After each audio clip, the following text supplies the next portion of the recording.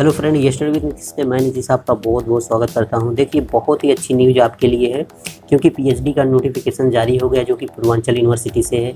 अगर आपके मन में पीएचडी करने का ख्वाब है तो आप इस फॉर्म को ज़रूर फिलअप करिए क्योंकि अच्छी खासी सीट भी दी गई है।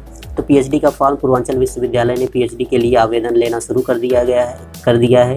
केवल पोस्ट ग्रेजुएशन के आधार पर भी आप पीएचडी कर पाएंगे। ऐसा नहीं है कि आप नेट जीआरएफ हैं तभी पीएचडी करेंगे। तो आपको मैं खास चीज़ें बता दूं कि पीएचडी अगर आप करने की सोच रहे हैं तो आपको आवेदन ज़रूर करना चाहिए पूर्वांचल विश्वविद्यालय से। इसमें अच्छी खासी सीटें भी दी गई हैं। केवल आप पीजी हो यानी कि पोस्ट ग्रेजुएशन आप किए हो, एमए एमएससी हो, तो आप इस फॉर्म को फिलअप कर पाएंगे। सारी डिटेल्स इसमें हम बताने वाले हैं कि कब फॉर्म फिलअप होगा, कब एग्ज़ाम होंगे, कब इसके सारे प्रोसेस इस वीडियो में होने वाले हैं। तो प्लीज़ अगर आप मेरे पहले व्यूवर हैं यानी कि आप मेरे नए व्यूवर हैं तो आप चैनल को सब्सक्राइब जरूर करिएगा और चैनल को शेयर और कमेंट जरूर करिएगा। चलिए हम बताते हैं आपको नोटिफिकेशन। देखिए फ्रेंड, यहाँ से वीर बहादुर सिंह पूर्वांचल विश्वविद्यालय का जो नोटिफिकेशन जारी हो गया है पीएचडी के लिए। यहाँ पे पीएचडी प्रवेश की प्रक्रिया अब हम बात कर लेते हैं। जहाँ पे आपको बताया गया सारी डिटेल्स डेटे हम बता देते हैं आपको। विज्ञापन वेबसाइट पर ऑनलाइन प्रारंभ होने की तिथि जो है 27 अप्रैल से शुरू हो गया है यानी कि बुधवार से। आवेदन पत्र ऑनलाइन भरे जाने की अंतिम तिथि जो है 26 मई तक आप लोग आवेदन कर पाएंगे, यानी कि लगभग आपको 1 महीने का टाइम दिया जा रहा है। और मैं साथ में ही बता दूं कि भरे हुए आवेदन पत्र की हार्ड कॉपी कार्यालय में प्राप्त होने का अंतिम तिथि जो है 6 जून है, यानी कि जो फॉर्म आप फिलअप करेंगे उसकी हार्ड कॉपी जो है कार्यालय से प्राप्त होने की तिथि भी है। यानी कि वेबसाइट पर प्रवेश पत्र आपको 28 जून तक प्राप्त हो जाएगा।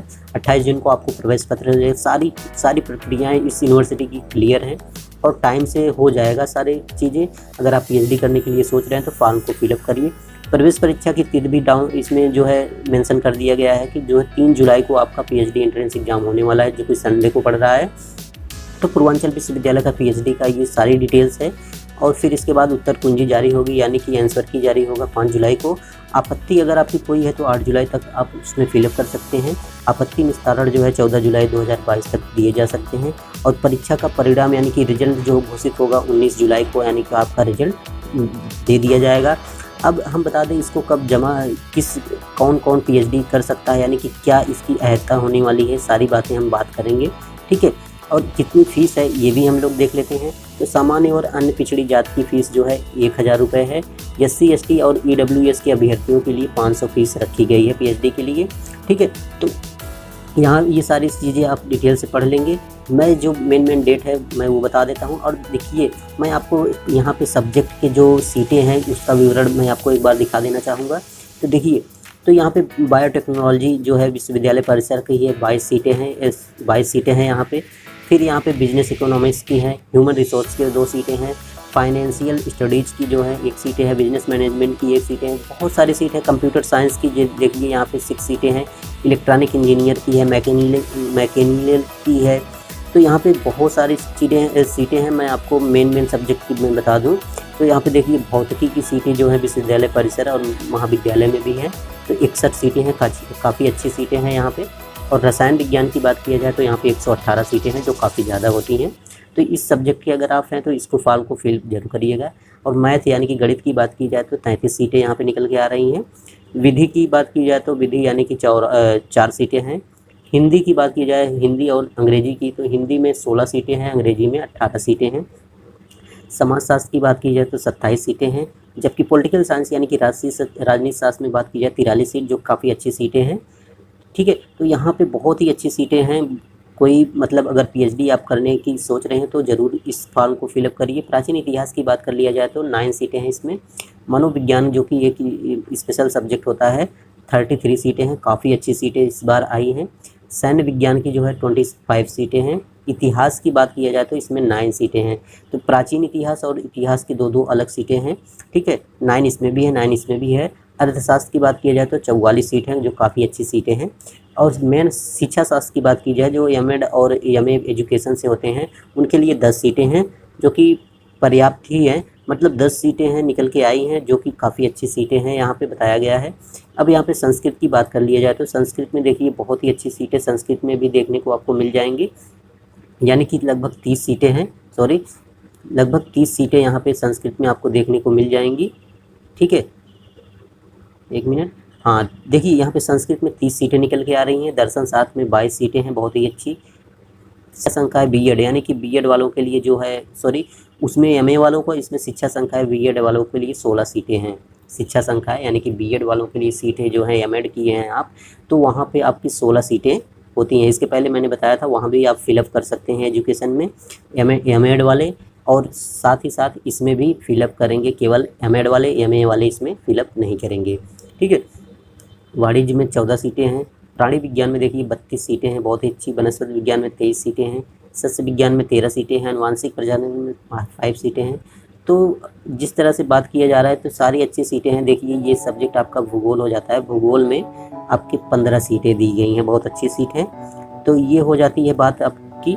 अब पीएचडी पाठ्यक्रम की पात्रता की बात कर लिया जाए तो पात्रता आपकी बस केवल आपको वीर बहादुर उत्तरांचल विश्वविद्यालय जौनपुर अथवा अन्य किसी भी यूनिवर्सिटी से मान्यता प्राप्त यूनिवर्सिटी को 55 अंकों के साथ अगर आपका पीजी कंप्लीट है तो आप जो है इस फॉर्म को फिलअप कर सकते हैं। अदरवाइज अगर आप SC ST OBC EWS अन्य पिछड़ा वर्ग यानी SC OBC ST अभ्यर्थी हैं तो आपको 5% यानी कि 50% पीजी के साथ भी फॉर्म को फिलअप कर सकते हैं। ठीक है, ये सारी चीज़ें बात हो जाती हैं पीएचडी की मतलब उसकी अहर्ता के बारे में।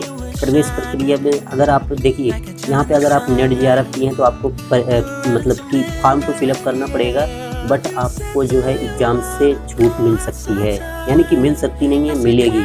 यानी कि आप अगर नेट सेट पीएचडी और एमफिल कंप्लीट किए हुए हैं तो आप इस एंट्रेंस में केवल फॉर्म को फिलअप करेंगे, ना कि एग्ज़ाम देंगे, तो एग्ज़ाम से आपको छूट मिल सकती है। और इसकी जो प्रक्रिया होगी प्रवेश की, आप यहाँ पे फुल टाइम भी है, जैसे कि आप कोई जॉब कर रहे हैं तो तब भी आप पीएचडी कर सकते हैं। ये सारी बातें यहाँ पे बताई गई हैं। प्रवेश हेतु प्रक्रिया जो है यहाँ पे बताया गया है। ठीक है, तो प्रक्रिया में आपको मैं बता दूँ कि किस तरह से स्कोर होने वाला है। ये देखिए, तो पूर्णकालिक पीएचडी अभ्यर्थियों के लिए साक्षात्कार होगा। साक्षात्कार में देखिए आपकी एकेडमिक मेरिट बनेगी। इंटरमीडिएट में अगर 75 से कम है तो आपको 4 अंक मिलेगा, और 60 से कम है तो आपको 2 अंक मिलेगा, और 60 से लेकर 75 के बीच में है तो आपको 2 अंक मिलेगा, अगर 60 से कम है तो 1 अंक मिलेगा। इससे कुछ खास बात नहीं होने वाली है। प्लस अगर आप नेट JRF हैं तो आपको 7 नंबर मिलने वाले हैं, यानी कि वेटेज जो है आपको 7 नंबर मिलेगा। अगर केवल नेट है तो आपको 5 नंबर मिलने वाला है। अगर आप एमफिल हैं तो आपको 3 नंबर मिलेगा। अधिकतम आपको 10 ही नंबर भारांक मिल सकता है। अगर आप सब कुछ किए हैं तो केवल आपको 10 ही नंबर मिलेगा। ऐसा नहीं है कि सब जोड़ के आपको दे दिया जाएगा कि 7 5 12 3 15 नंबर, नहीं, आपको 10 ही नंबर मिलने वाले हैं। ठीक है, इसके बाद आपको स्लाइड शो करवाया जाएगा, उसमें आपको 10 नंबर का होगा। फिर मौखिक साक्षात्कार 20 नंबर का होगा। टोटल 60 नंबर का आपका होने वाला है। ठीक है, तो ये शोध कार्य अभिलेख 70% अधिभार दिया जाएगा। तो ये कार्य अनुभव भी आपसे पूछा जा सकता है।